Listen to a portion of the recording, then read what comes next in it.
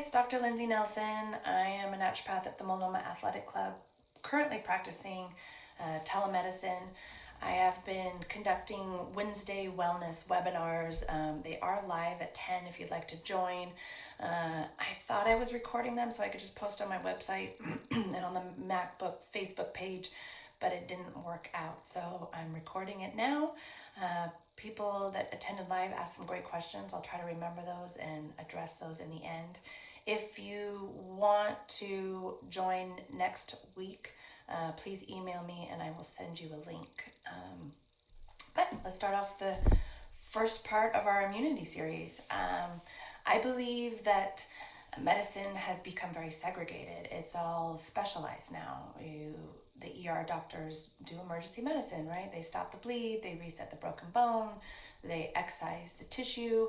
Gastroenterologist specialize in the gut, cardiologists specialize in the heart.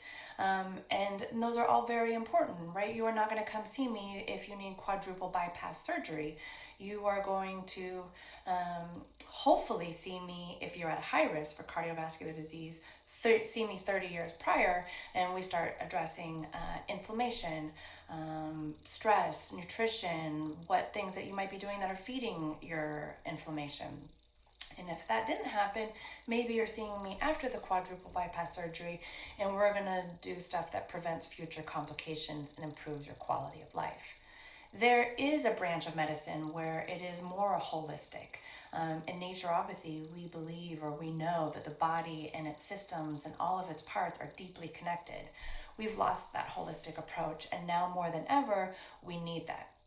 Our immune system doesn't live in an isolated box or in part of the body, an organ. It's affected. It affects everything in the body, and many things that we have in our direct control affect it. So going back to our current topic, there are key players involved in building our immune system, supporting our immune system, and protecting our immune system. Many, if not all, pharmaceuticals are suppressive in nature.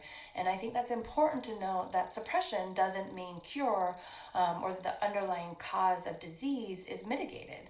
Take, for instance, a painkiller. If you were to roll your ankle, sprain your ankle, you might take aspirin or Advil, and the pain is, it's more tolerable, but maybe now you're walking on your ankle and you really haven't addressed the sprain in ways that maybe you should have, like the acronym RICE, rest, ice, compression, elevation.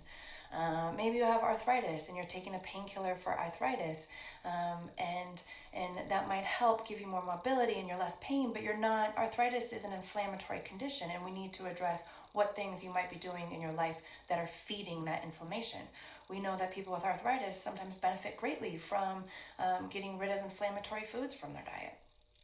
And so suppression of symptoms, even normalized labs, doesn't mean real healing has occurred. And some of these medications, with their list of side effects, may be a pretty good indication that the drug isn't necessarily the best thing for you.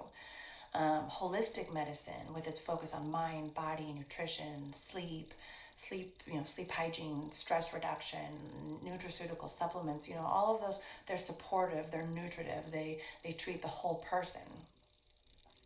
I don't presume to know or be an expert on COVID-19. I don't think anyone is. I think there's a lot of speculation still and theories. I really don't want to waste your time on talking about social distancing and washing your hands for 20-30 seconds. We all know that. We get that. What I want to talk about is my thoughts on the disparity between why people get sick and can have mild symptoms to severe symptoms, or why some people can be asymptomatic. Naturopathy is built on some core principles, and why I might not understand completely the disease, COVID-19, and I might not be an expert in epidemiology, I always have these basic principles to fall back on. We know that what negatively impacts our immune system. We can start with any type of immune system dysfunction, start addressing the immune system and explain, and that might help explain the disparity between why people get mildly infected or have no symptoms or get critically ill. We know that age, obesity, being a male, having type 2 diabetes, other comorbidities that are inflammatory put people at a greater risk of hospitalization and morbidity. We know that the lung tissue gets destroyed by the cytokine storm. Think of cytokines as like the flare gun that's released, and it's, this big signal like SOS, come here, this is attack over here, fight.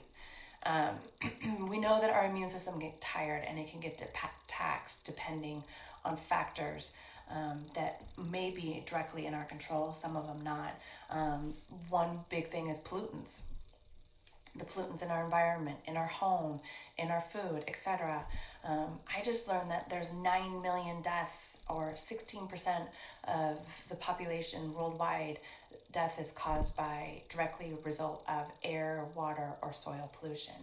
Now, I get that we can't necessarily control what's in our environment, but we can control what's brought into our homes. There are a lot of chemicals in what we are using to clean our homes, or what we're putting in our makeup and our cosmetics and that type of stuff. Which brings me to one question that one of the viewers had was, could I get the list? Could I send out the list of toxic chemicals? And another viewer said that Beautycounter has a great The Never list. And so I think I'll try to post that on my website as well. But you can go to Beautycounter if you want and see that. Our foods, doing organic foods, avoiding meats that have been pumped full of antibiotics and hormones. Those are all things that we can do to directly control the pollutants that we are putting in our bodies or surrounding ourselves with. Medications, not just the immunosuppressive drugs like Humira, but there are a lot of medications that are immune suppressing, like steroids. Prednisone may decrease the inflammatory cycle, but your immune system, there's kind of like it kind of branches off. And while you have this inflammatory side, and that prednisone might be addressing that, it's also going to make you more susceptible to bacterial infections and viral infections. Antibiotics, in a way, are suppressive, right? They're decreasing, or they're killing the bacteria, which may be causing disease, which is important, but they are also killing the good bacteria, and our good bacteria is what helps our immune system. Aspirin, it might be decreasing our inflammation, you get pain relief, but it's also increasing bleeding, and it's directly impacting our immune system. Lifestyle choices directly can be suppressive to our immune system. Smoking, drinking, drugs. I get that this is a stressful time, and that people are owning up that they're drinking more, and I understand mild to moderate drinking is okay, but excessive alcohol really does affect our immune system. It suppresses it. Sleep is a big factor of decreasing the production of those cytokines. Remember, the cytokines is the marker, the flag for the immune system to come attack. Inadequate sleep directly leads to inflammation, and it decreases the responsiveness of our immune system. So people really need to practice all those good sleep hygiene things. Try to be in bed for 8 hours. No electronics. Electronics directly affect our ability to sleep. That light doesn't allow melatonin, to be released. Sleep needs to be, or your bed needs to be known as a place for sleep. I get that our schedules are all messed up. There's no technical work time for many of us, but it's important to try to keep with a schedule. Go to bed at the same time, wake up at the same time. Keep your room cool, cave-like. Maybe you need a white noise machine. These are all things that we can do for sleep hygiene. Of course, there are medications too. We definitely this morning went down a road on what kind of medications can we take, and I think I will talk about that a little bit more next week. But magnesium's a good one. Magnesium's a nice muscle relaxer. It kind of calms the brain, calms your body. Epsom salt baths are nice before bed. Lavender in your Epsom salt bath, that type of stuff can help. Melatonin works great for some people. It doesn't work for me. It gives me nightmares. I do find that most people that are taking melatonin, I think they're taking it too late. I think it's better if you take earlier, maybe after dinner, during dinner. I personally take GABA when I have a lot of brain chatter, not when I'm necessarily stressed, but just I'm thinking about, tomorrow I got to do this and this and this, and that brain chatter is keeping me awake. So GABA is nice. CBD oil is really great for people that are anxious and having a hard time going to sleep. There are wonderful blends that have a little bit of all of this, chamomile and passion flower and that type of stuff. And maybe those work best for you. There were quite a few questions on what do I like. So I said that I would post my favorites on in my online dispensary, which you can find on my website, drlindsaysnelson.com. And they're under categories. I have sleep, and I also have immunity, and I also have viral. The viral is more specific for COVID-19, but you'll see some of those favorites there. Let's see, your GI, your gut microbiome. Your microbiome produces molecular signals that support the development of immune cells, but also improve the response of them. So your bacteria is important. We're really just houses of our bacteria. So anything you can do to support your bacteria, would be watching your sugar, which I'll talk about again in a second, but also avoiding inflammatory foods. Whether it's your own personal inflammatory foods, some people are reactive to dairy or bananas or gluten, and then foods that are just generally inflammatory. I get that there's comfort eating, but a lot of us are tending towards the pantry and things that are in boxes and chips and that type of stuff, and they're hard on our body. They're inflammatory, so avoiding those, and then maybe supplementing with things that help our gut microbiome. And those would be like your fermented foods, kimchi, sauerkraut, miso, kefir, those are all really, kombucha. Those are great for supporting our gut microbiome. Looking at comorbidities, diabetes, cardiovascular disease, all of these are inflammatory diseases and greatly affect our immune system. So getting that inflammation under control is important.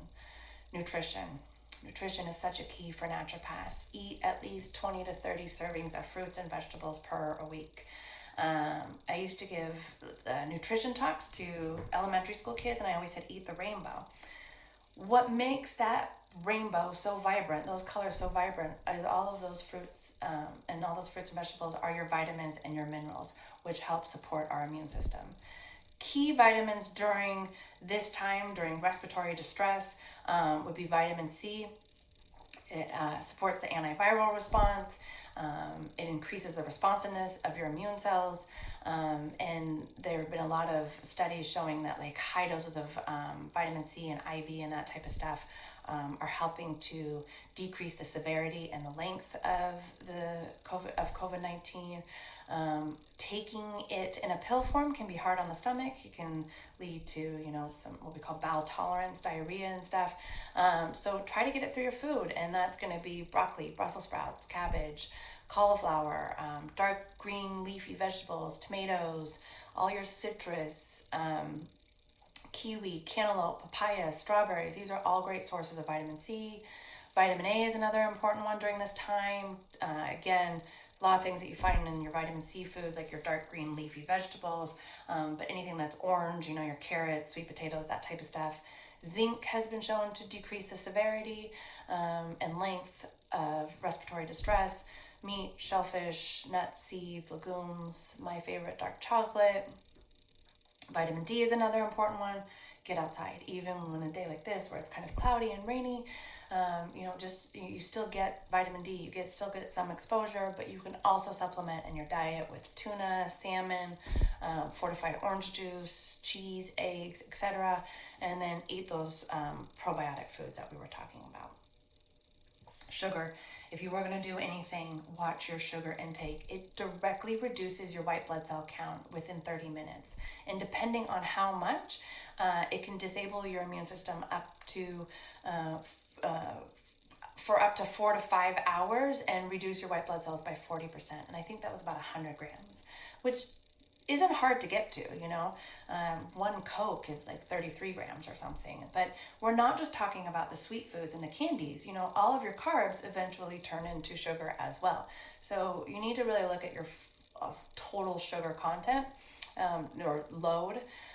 It also directly competes with vitamin C and the binding in the white blood cells. So it impacts the reactivity of your white blood cells as well. So reactivity and decreases the amount. Stress increases your heart rate, your blood pressure. It releases stored sugar into into your blood.